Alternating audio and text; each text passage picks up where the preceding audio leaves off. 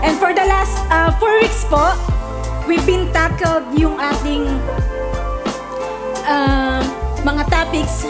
The healing bread, can your name be erased in the book of life? Why some are not healed? Divine healing. Ito pong una is shinare po sa atin ni Pastor Jeff. And yung second po, shinare po sa atin ni Sister Jack. Can your name be erased in the book of life? Amen. Praise God. And of course, yung last, yung third week po, why some are not healed was shared to us by Pastora G. And dun po, in-explain sa atin na yung bakit nga ba hindi nagkakaroon ng healing yung iba. Amen? And last week naman po, yung divine healing na shinare sa atin ni Brother MC. Amen? Amen. And for those all of you po na na-miss yung ating mga topics, for the past few weeks, baka po naisip nyo, hindi ko na panood yun or hindi ko na yung message nung can your name be erased in the Bible. Kailangan ko mapanood yun. So, meron pong good news, okay? Meron pong good news kasi meron po tayong social media platforms. So, you can watch it po sa ating Facebook page, GU Unlimited. Grace Unlimited, shortcut. And of course, the ating YouTube channel. Amen? Amen. And for today naman po, we will be studying the poverty of Christ. Amen? Amen. So, the poverty of Christ. Amen. Have you ever wondered po, why Jesus need to live in poverty from beginning of His life until His last breath? Diba? Or have you ever asked yourself while reading the Bible about that part where Jesus, despite of being Son of God, chose to humble Himself and experience the struggles that we as humans are faced? Iba yung mga struggles. And Jesus, being so divine, chose to live without wealth, without comfort, and without privilege. Diba? Naitanong niyo po ba yun sa mga sarili niyo while reading the Bible dun sa Jesus' life? Amen. So for today po, we will tackle yung significance and importance of Jesus' poverty. And it will reveal to us of a true meaning nung kanyang sacrifice, nung kanyang humility and love for us. Amen? Amen. And also, it reminding us that the greatness in God's kingdom comes not through power or material possessions, but through serving others and living with a heart full of grace, and that is Jesus. Amen? Naintindihan niyo po ba? Amen. And syempre po, before we start, let's commit this studies po sa ating buhay at napakabuting Diyos. Samahan niyo po ako manalangin. Amen. Amen. Hallelujah, Father God. Our Abba Father, we praise you, Lord, sa kabutihan mo, Panginoon, sa kabanalan mo, Lord God, sa iyong pagmamahal that we cannot fathom, Panginoon. Truly, Lord God, ngayon pa lamang po, nagpapasalamat na kami sa revelation mo, Lord, sa amin, sa iyong salita, at sa tinapos mong gawa, O Jesus. Father, we thank you for opening our spiritual eyes and touching our hearts to be receptive in your words. Thank you, Lord, for giving the joy in our heart as we understand the significance and importance of understanding how deep and great your grace is in our lives. Father, we praise you, Lord God. We glorify your name, O Lord God. And Lord, as I stand here, Lord God, being the vessel of your word, Panginoon, Lord God, Panginoon, ikaw nawa yung makita, ikaw yung mag-glorify, O Lord God. Ikaw yung ma-magnify nila sa kanilang mga buhay, Panginoon, sa lahat pong na makikinig at sa lahat pong na makakapanood, Panginoon. Father, I pray for those who can hear and watch your message, O Lord God. May this message, O Lord God, change their life by your grace, O Lord God. And may they receive, O Lord God, yung understanding and love for them, Panginoon. And Lord, for giving us the authority, Panginoon, we rebuke And we cancel all the schemes, all the lies, and the works of the enemy in this place, O Lord God. We only allow the Holy Spirit in this place, O Lord. In Jesus' name, O Lord God. And thank you, Lord. This we ask in the powerful name of our Lord and Savior, Jesus. Amen and amen. Amen. Thank you, Lord. Amen. Amen. Amen. Alam niyo po ba na madalas pagtalunan or marami po yung nagtatalo patungkol po sa paghihirap ni Kristo? Kasi iba-iba po sila ng pangunawa, iba-iba sila ng perspective, iba-iba po sila tawag doon ng pagkakaintindi kung ito po ba ay nasa spiritual na aspect or yung iba naman po nasa literal na aspeto, di ba? Now, the question po is, ano nga ba ang tunay na kahulugan nito? Amen? Ito po ba ay nasa spiritual or literal aspect? Amen? But one thing you must always remember, okay? Ang lahat po ng paghihirap ni Kristo ay ginawa niya para sa akin, ginawa niya para sa iyo, ginawa niya para sa ating lahat. Amen? Amen. So, ang ating pong main verse is from 2 Corinthians chapter 2 at chapter 8 verse 9. Sabi po dyan, "For you know the grace of our Lord Jesus Christ, that though He was rich, yet for your sake He became poor, so that through His poverty might become rich." Amen. Sa Tagalog po, sapagkat alam naman ninyo ang biyayang ipinakita ng ating Panginoong Hesukristo, na kahit na mayaman siya doon sa langit, ay nagpakadukha siya dito sa mundo alang-alang sa atin para sa pamamagitan ng kanyang kahirapan ay maging mayaman tayo. Amen. Now, dito po nagkakaroon ng pagtatalo kasi may tinatawag po na prosperity gospel. Okay, narinig niyo na po ba yon? Amen. So, take note lang po there is no prosperity gospel. Okay, wala pong prosperity gospel. There is only one true gospel, and that is the gospel of grace. Amen? And the gospel of grace teaches prosperity. Amen? Ulitin ko lang po. The gospel of grace teaches prosperity. Amen? At ang gospel po ng Lord ay hindi lamang po about sa prosperity. Okay? Hindi lamang po siya about sa prosperity. The true gospel of God ay higit na mas malaki kaysa sa kasaganaang material or financial. Amen? So, may mga magtatanong, bakit? Paano yung nangyari, Rain? Diba? Because the gospel of God covers the past, extends the eternal future. Amen? Now, ano po ba yung gospel na palagi nating naririnig? Ang gospel po is from the Greek word eugeleo, na ang ibig pong sabihin ay good news. Amen? Good news po. Now, ang tanong ko po, ang kasaganaan po ba o kaginhawaan po ay mabuti or masama? Mabuti. Parang ang tagas. At ano naman po ang mabuting balita sa taong mahirap? Hindi po ba ang guminhawa? Amen. Pero, ang kaginhawaan daw po sa buhay ay hindi ang kabuuan ng buhay. Okay? Ang kaginhawaan daw po sa buhay ay hindi ang kabuuan ng buhay. Ang sabi po, sa Luke chapter 12 verse 15, "Then he said to them, watch out, be on your guard against all kinds of greed. Life does not consist in an abundance of possessions."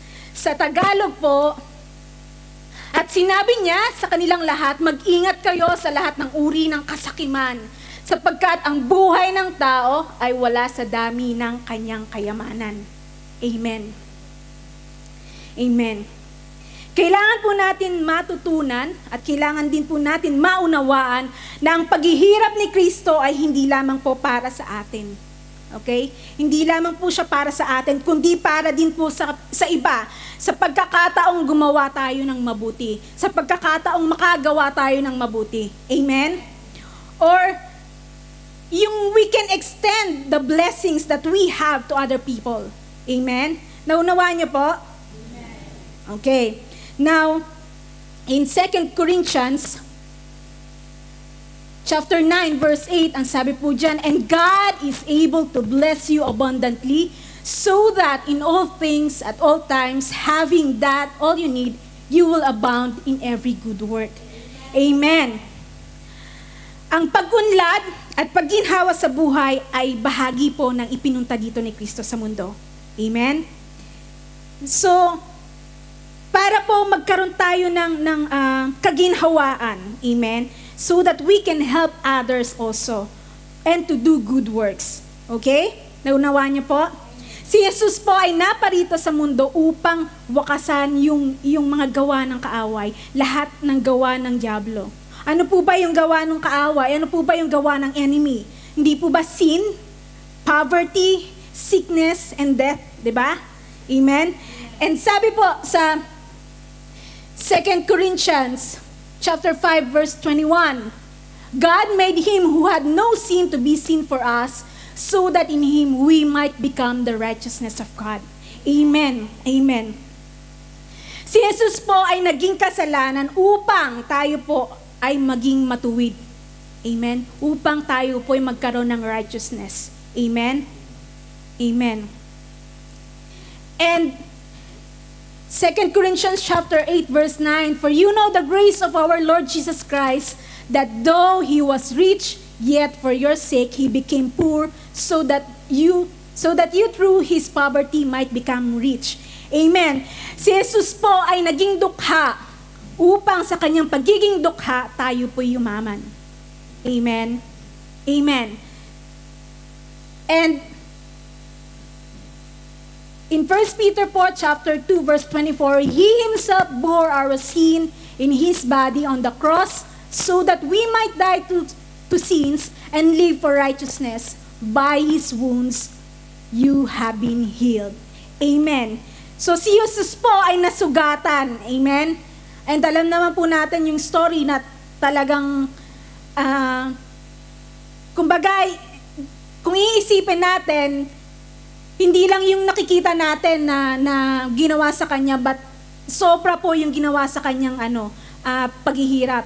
Kaya po, yung kanyang sugatang katawan, yun po yung dahilan kaya ka gumaling. Amen? Amen. And 1 Thessalonians chapter 5, verse 10, he died for us so that whether we are awake or asleep, we may live together with him. Amen. Si Jesus po ay namatay upang sa kanyang kamatayan, tayo po ay mabuhay. Amen. Amen. Now, Christ's poverty is a gift to us. Naniniwala po kayo? Amen. Christ's poverty is a gift to us. Amen. Yung ating pong main verse is from 2 Corinthians chapter 8, verse 9. For you know the grace of our Lord Jesus Christ, that though he was rich, yet for your sake he became poor, so that you through his poverty might become rich. Amen. Yung word po dyan na grace is from the Greek word charis, na ang meaning po ay gift. Amen. So anong connect, Rain? Anong connect niyan? Diba? Ang connect po niyan, ang ating pong kaginhawaan o ang iyong kaginhawaan ay hindi po premyo ng iyong gawa. Okay? Hindi po premyo ng inyong gawa, kundi regalo po ng tinapos na gawa ni Kristo sa krus. Amen? Amen. Diba po, sabi sa Romans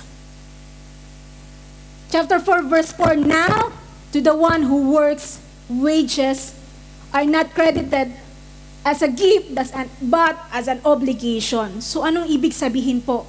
Kapag tayo po ay gumagawa, ang natatanggap po natin ay sweldo. Kapag tayo po ay nagtatrabaho, tayo po ay may sweldo. Tama? Maliban na lang po pag delayed ang sahod. Diba?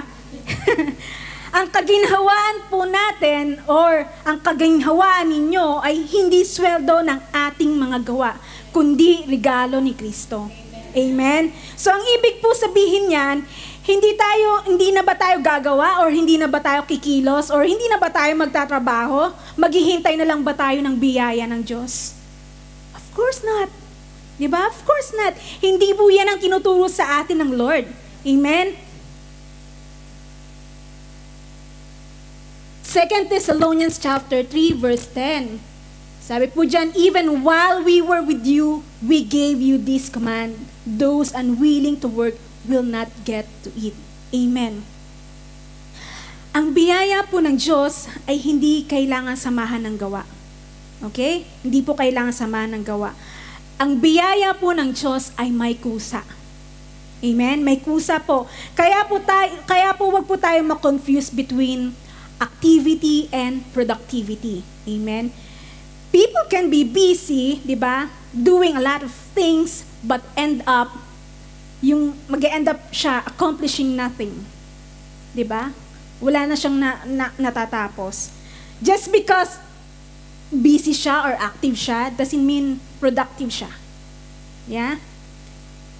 Dahil po ang mga nasa tunay na biyaya, they are the people productively busy. Ano pong ibig sabihin nun?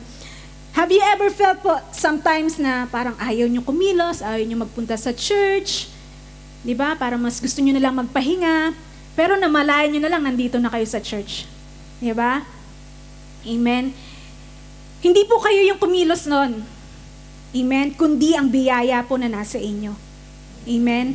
Dahil ang biyaya po na nasa atin or nasa inyo, hindi po tamad. May kusa po. Amen? Oh, okay, Rain. If all by grace, sabi nga po, if all by grace, where do my works come in? Diba? Sabi po ni Apostle Paul, di ba nga po si Apostle Paul, kilala po natin siya na siya yung pinaka-busy apostol, di ba?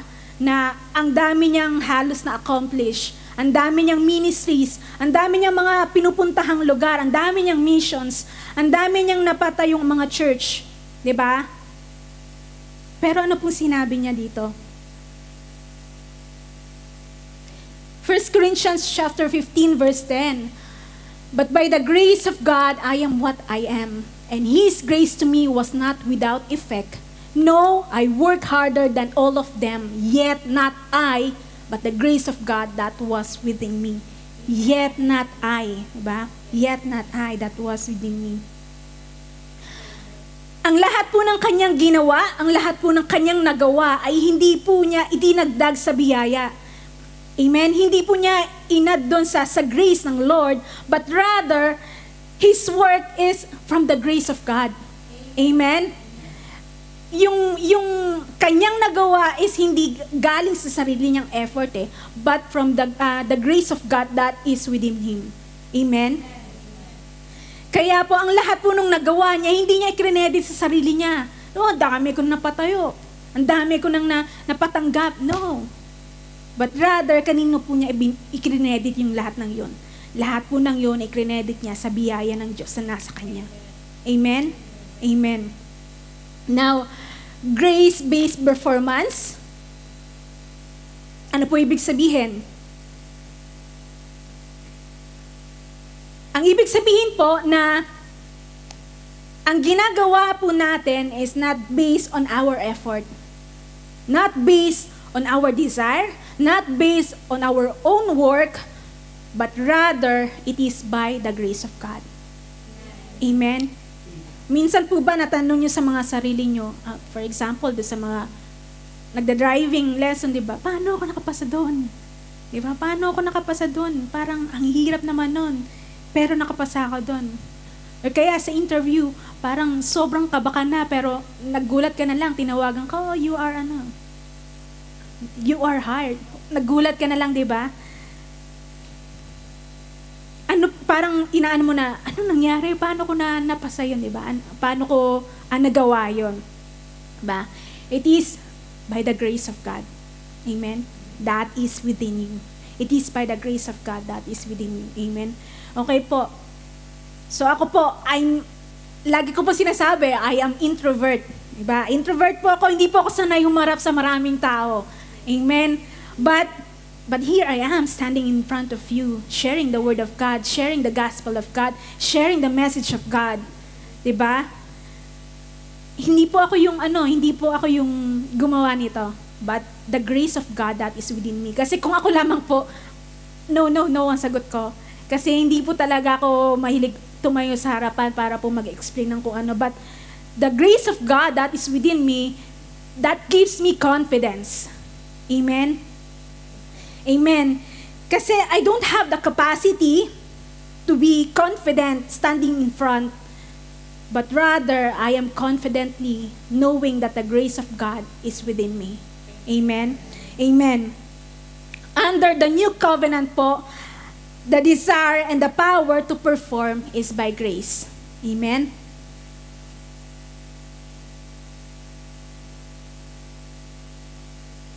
Sabi po dyan sa Philippians chapter 2 verse 13, "For God is working in you, giving you the desire and the power to do what pleases Him." Amen. Dahil ang mga grace people po, they have this eagerness to do good work. Amen? Totoo po ba? Amen.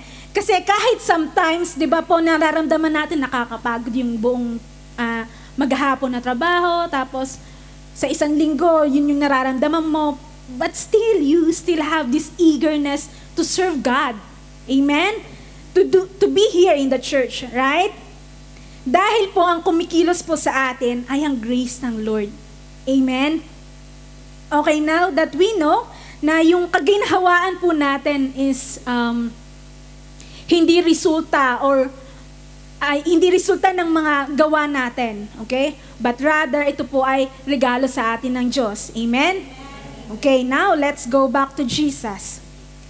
Sabi po dyan, Christ was naturally rich. Amen. Ang Diyos po ay naturally rich. Amen. Let's go back again sa ating main verse. 2 Corinthians chapter 8 verse 9. "For you know the grace of our Lord Jesus Christ, that though He was rich, yet for your sake He became poor, so that through His poverty might become rich." Okay. The word rich po is from the Greek word ploisios. Ploisios ba? Ploisios. Ayan. Ploisios. Okay? Ang Greek word po niya, ploisios. Amen? Na ang ibig sabihin po is naturally rich. Amen. Ang ibig sabihin po, si Jesus po ay likas na mayaman. Amen? Hindi po kagaya ng mga kwento ng rags to riches. Like Cinderella or yung ibang stories na alam natin na naghihirap muna talaga bago nakamtan yung kayamanan or kaginhawaan sa buhay. Amen? Hindi po siya ganon. But si Jesus po is naturally rich. Amen? Dahil siya po ay anak ng Diyos.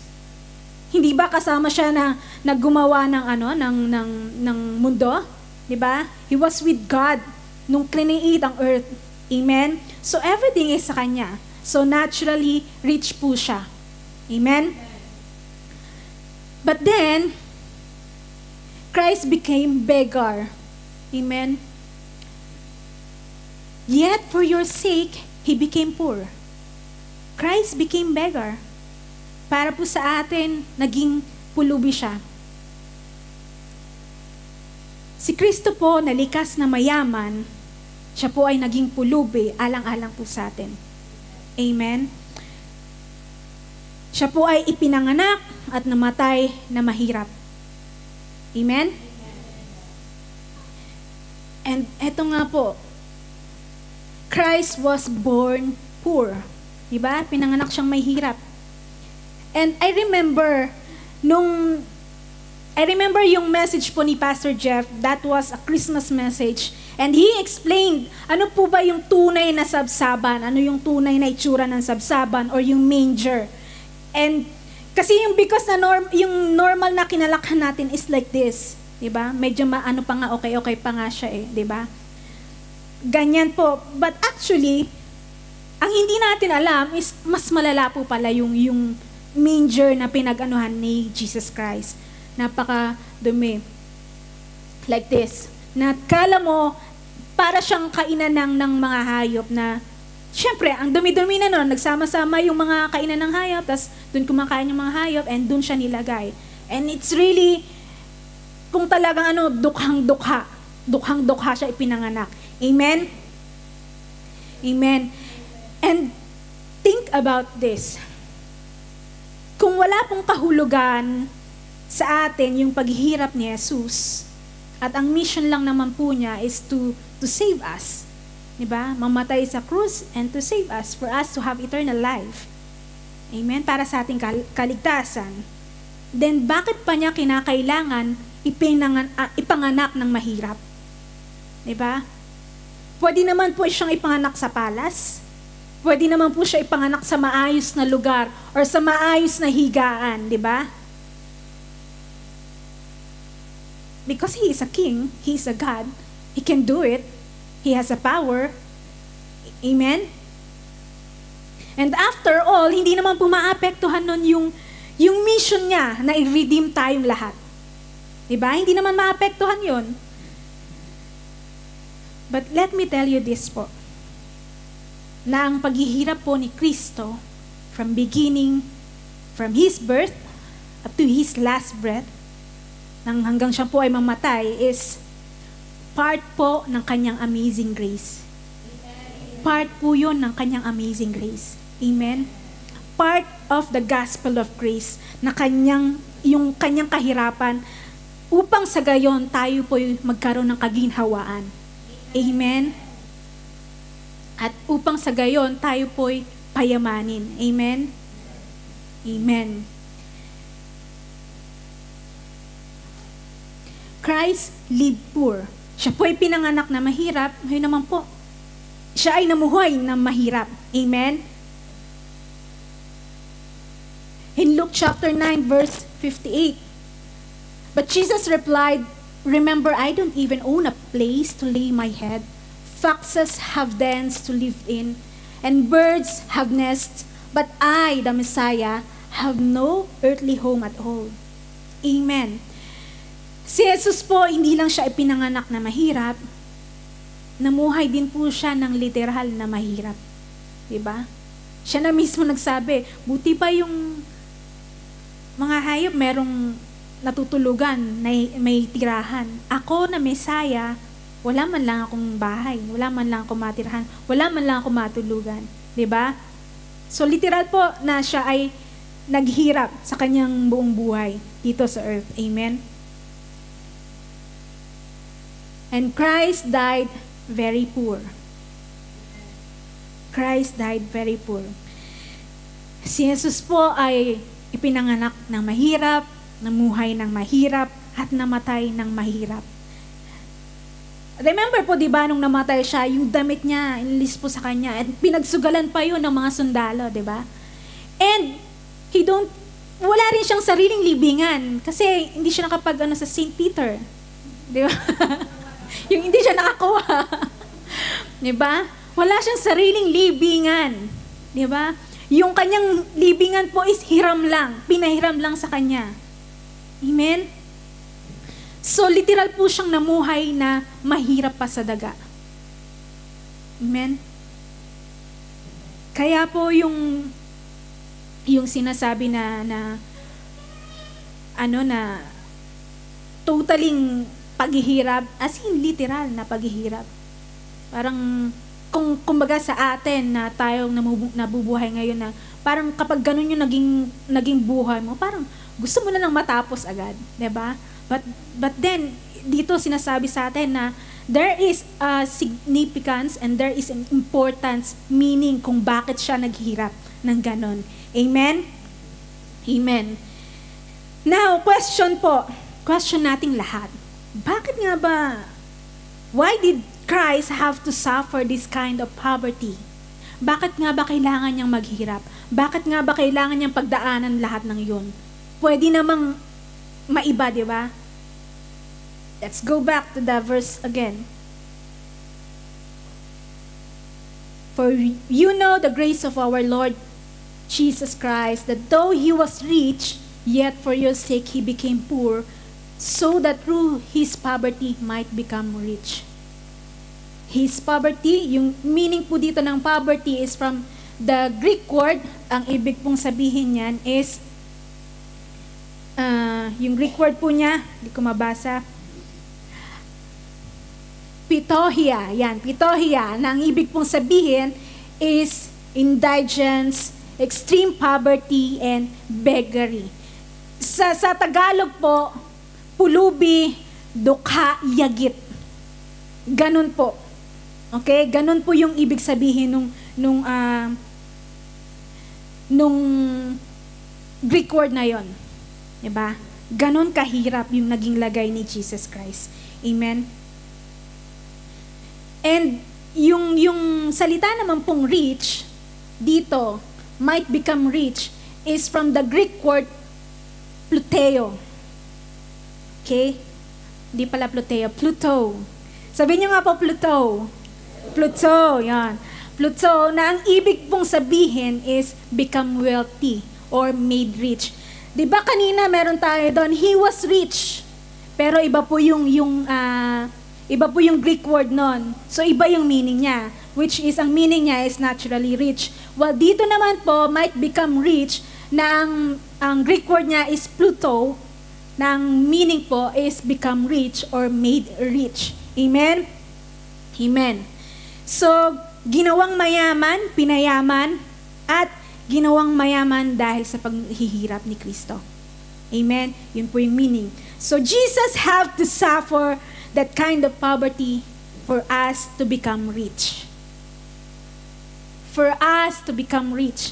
Parang kanina pa, ano bang pinasabi niya rin? Rich eh. Diba? So, how did Christ make us rich? Yun po yung tanong na how did Christ make us rich? Kung ganito pa din ang buhay ko. Tanong ng mga skeptical people. Did Christ really make us rich? Talaga ba? Isipan ng mga taong doubtful sa Lord. How did Christ make us rich?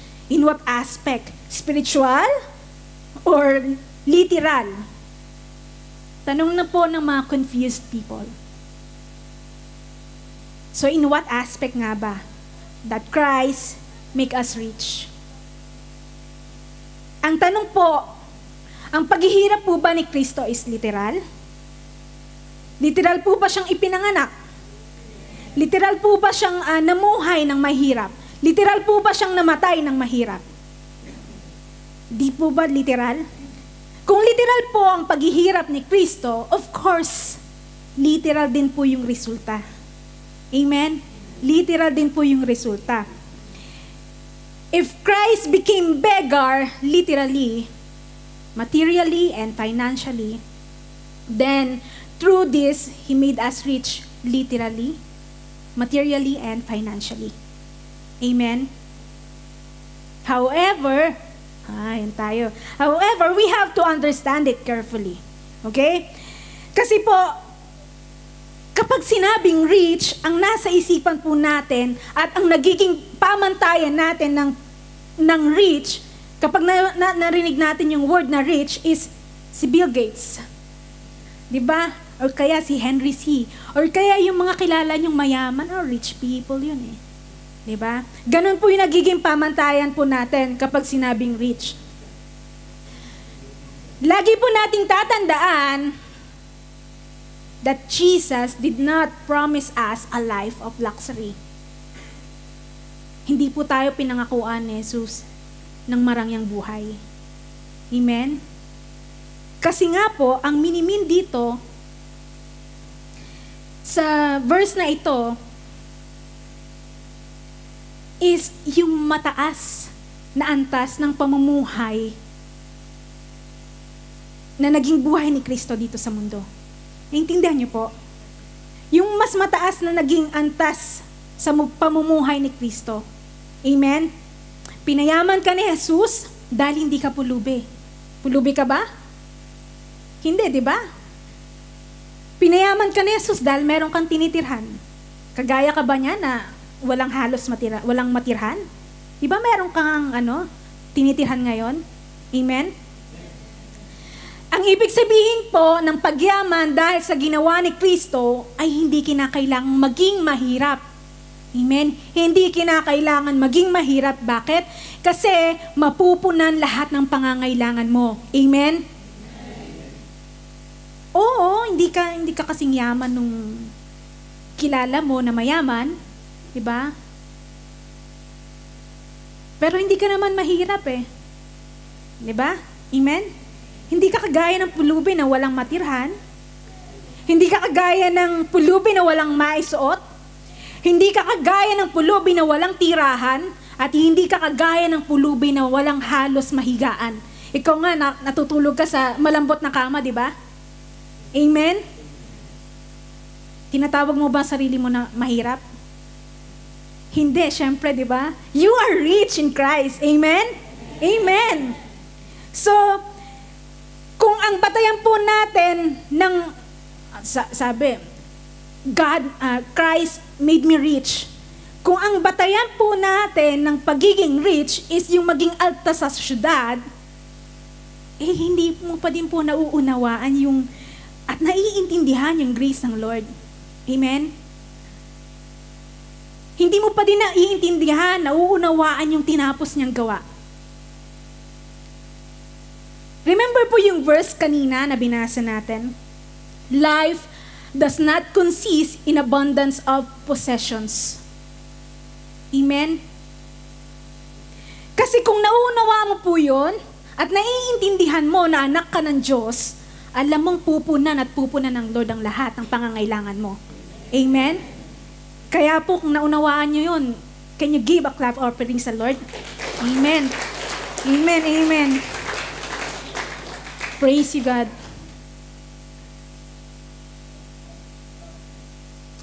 And sinabi po ni David here, Psalm chapter 37:25, I was young, and now I am old, yet I have never seen the righteous forsaken or their children begging bread. Amen. This is from the old covenant. Diba? Pero nandun yung confident niya that the righteous people will not be forsaken or their children will not be begging bread. Amen? And tayo po, we are now living in a new and better covenant. Amen? Because of the fullness of the grace of God. Amen? So being rich through Christ's poverty is a gift to us under the new covenant. Amen? But always remember that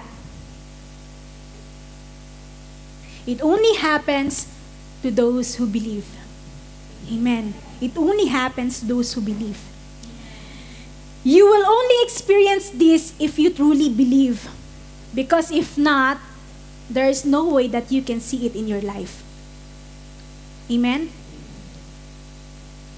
Remember po yung sinabi ni Jesus, wala po sa slide, kay Martha sa John 11:40. Sabi niya doon, did I not tell you that if you believe, you will see the glory of God? Did I not tell you that if you believe, you will see the glory of God? Kailan mo makikita ang kaluwalhatian? Bukas po ba? Sa makalawa, mamaya? Ang sabi po, if you believe. Diba? If you believe. Kailangan mo muna maniwala bago mo makita. Amen? So walk by faith and not by sight. Amen?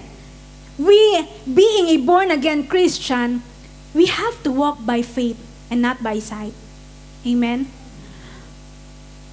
Alam ko po marami pong makakapag sa atin na sometimes nahihirapan tayo mag-walk by faith. Kasi hindi yun yung nakikita, hindi yun yung nagiging natin eh. Kasi iba yung nakikita natin kaysa dun sa pinaniniwalaan natin, di ba? Amen? Pero ang sabi po, ang true faith daw po is nakatuon sa mga bagay na hindi nakikita. Amen? Kung may faith ka sa Lord, naniniwala ka, 'di ba? Naniniwala ka, pero hindi mo naman nakikita ng personal ng Lord, eh. But you have faith. Amen? Amen. Sabi po diyan, this is one of my favorite verse. Now faith is confidence in what we hope for and assurance about what we do not see. Hebrews 11:1. Faith is trusting in what we hope for. Faith is trusting in what we hope for and being certain po of the things we cannot see. Amen? It is believing in something even without physical evidence. Amen? Nakukuha niyo po? So always walk by faith and not by sight. Amen? Kasi nga po, we have to fully agree with God. We have to fully agree with God. Unless there is faith, there is no way that we can fully agree with God, di ba? Kasi the natural mind cannot agree with the spiritual mind that God through His Word.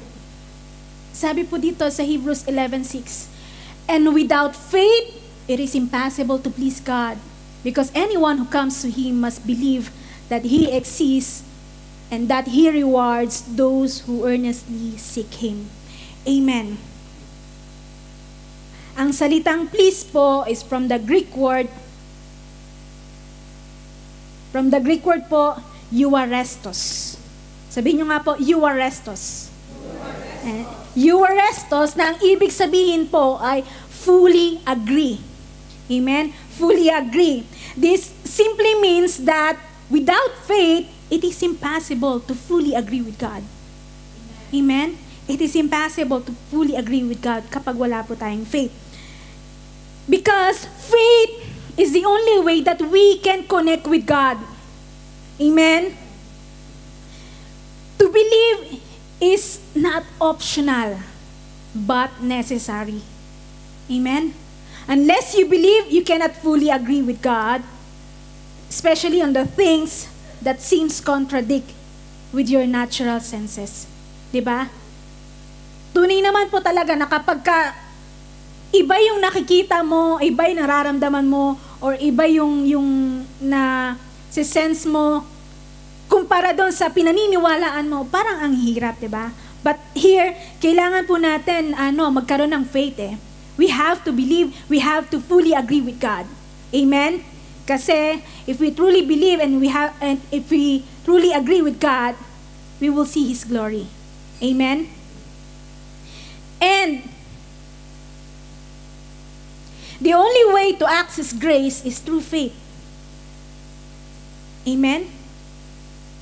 The only way to access grace is through faith. Sabi po dito sa Romans chapter 5 verse 2, through whom also we have access by faith into this grace in which we stand. Amen. Ang salitang access po is from the Greek word prosogoge. Prosogoge. Sabihin niyo nga po prosogoge. Okay. Prosogoge, which literally means entrance. Okay? Yun po ibig sabihin niyan. This means po that the only entrance to grace is through faith. Through faith. Amen? Grace is everything that Christ has died for on the cross for you. Amen?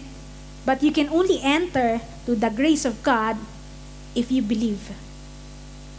Amen? The benefits of the finished work of Christ can only be yours through faith.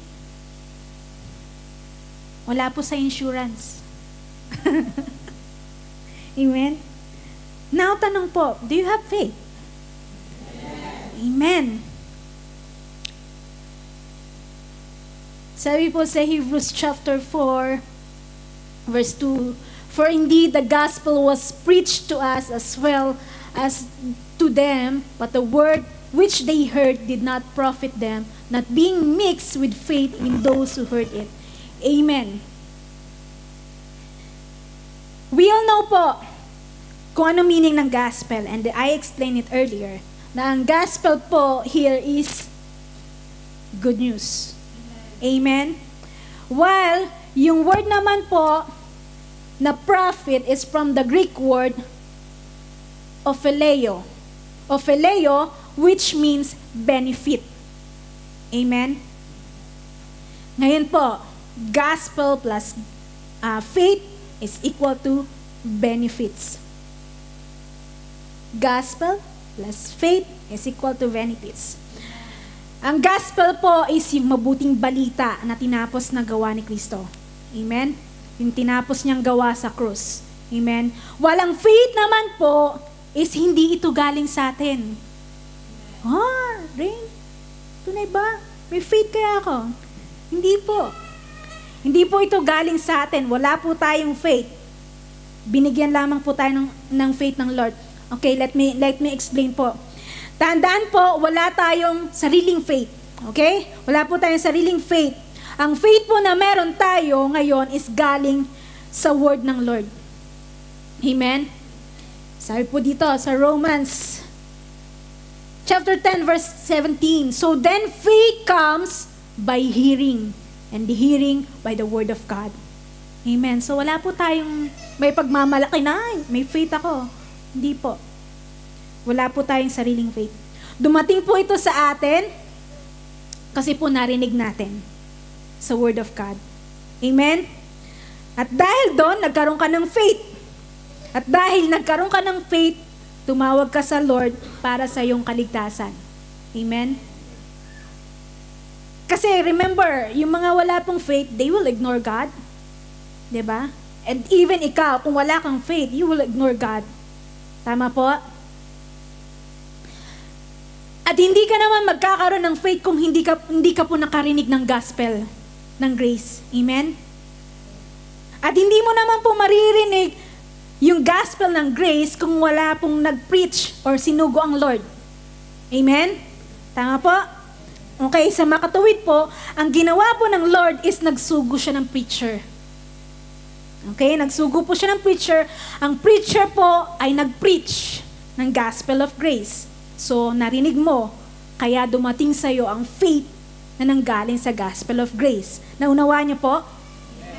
Yung gospel of grace na ipinitch ng preacher is ipinangaral sa iyo ng preacher kaya nakareceive ka ng faith. Amen? So, wala po tayong sariling faith. Ito po ay galing sa Lord. Amen? At dahil nakareceive ka ng faith, na-receive mo na yung faith mo, ikaw po ay tumawag sa Lord to have salvation. Para po ikaw maligtas. Amen? So it means po, ang faith po ay kaloob sa atin ng Lord. Amen? Kaloob po sa atin ng Lord ang faith sa pamamagitan ng gospel of grace. Ang faith po na ipinagkaloob sa atin ng Lord, yun yung nagligtas sa atin. Yun yung nagligtas sa'yo. Amen? Kaya po, ang idadagdag mo sa biyaya, ayan, kaya ang idadagdag mo po sa biyaya is faith. Okay? Ang idadagdag mo sa biyaya is faith. Hindi po yung gawa natin, hindi po yung works natin, kundi faith. Ang idadagdag mo sa biyaya so that you can have the benefits of what Jesus did on the cross, not on your works. Okay? Hindi po yung gawa natin, mabuti ako, kaya ito yung dadagdag ko sa biyaya. Magaling ako, kaya ito yung dadagdag ko sa biyaya. Hindi po. Ang idadagdag mo po sa gospel is yung faith na hindi galing sa'yo, kundi galing sa Lord. For you to have and experience the benefits of what Jesus did on the cross. Amen? Gospel plus faith is equals to benefits. Ano ba yung benefits? Like healing, like blessing, like yung favor, and yung pagyaman. Baka nasa isip nyo naman, baka yung pagyaman na alta sa syudad, hindi po. Amen? Always remember po, because of what Jesus did on the cross, you are charito. You are blessed and highly favored. Amen? Amen. And how can you release that faith? Paano nga daw po ma-release yung faith? If you truly born again, you already have faith in you. Amen? You already have the gift of faith in your born-again spirit. Amen? Naniniwala ka po? Amen. The spirit of faith is declaration. A body without spirit is dead. So, faith without declaration. So, kung naniniwala ka, you have to declare it. Amen? Hindi po ba sabi po ni Apostle Pablo, it is written, I believe, therefore I have spoken. Since we have that same spirit of faith, we also believe and therefore speak. Amen. Ang faith po is nire-release sa pamamagitan ng declaration. Amen? Kaya kailangan mo pong ipahayag ng iyong bibig yung pinaniniwalaan po ng iyong puso. Amen? Kaya kung naniniwala ka deep down in your heart that kung ano yung ginawa ni Jesus on the cross, that you are blessed and you are highly favored, that you are charito, you have to declare it. Amen? You have to declare it. Gising pa po ba kayo? Amen. Amen. So, sabi po dito sa Numbers chapter 14 verse 28, As surely as I live, declares the Lord, I will do to you the very thing I heard you say. Ito po yung sinasabi ni Bishop Emmy na madalas, kung ano yung idinideklara natin, because our tongue has a power, di ba? Na kung ano yung dinedeklara natin, yun yung gagawin ng Lord sa atin. Amen? Kaya kung ano man yung pinaniniwalaan ng puso mo, yun ang ideklara mo. Kung pinaniniwalaan ng puso mo, you will receive that job, ideklara mo. Amen? Kung pinaniniwalaan ng puso mo that you are healed, ideklara mo. You have to declare it. You have to speak it. Amen? God will bring to pass the things that we speak. Amen? Amen. Emphasizing the power and importance of our words. Yun po yung gagawin ng Lord. So if you believe, you have to declare it. You have to say it. You have to speak it. Amen? Hindi po natin kailangang maging naniniwala ko pero hirap kang ideklara yung pinaniniwalaan mo. Naniniwala ako pero 'di ba? Nagpipigil ka. Kung yun talaga yung pinaniniwalaan mo, you have to declare it. Amen? Amen? And I will close po. Sabi dito, declare what you believe and believe what you declare. Amen. Amen. Because the big idea po, in Christ, God has made me rich and I believe. Amen? Amen. Let's all stand up po and let's pray.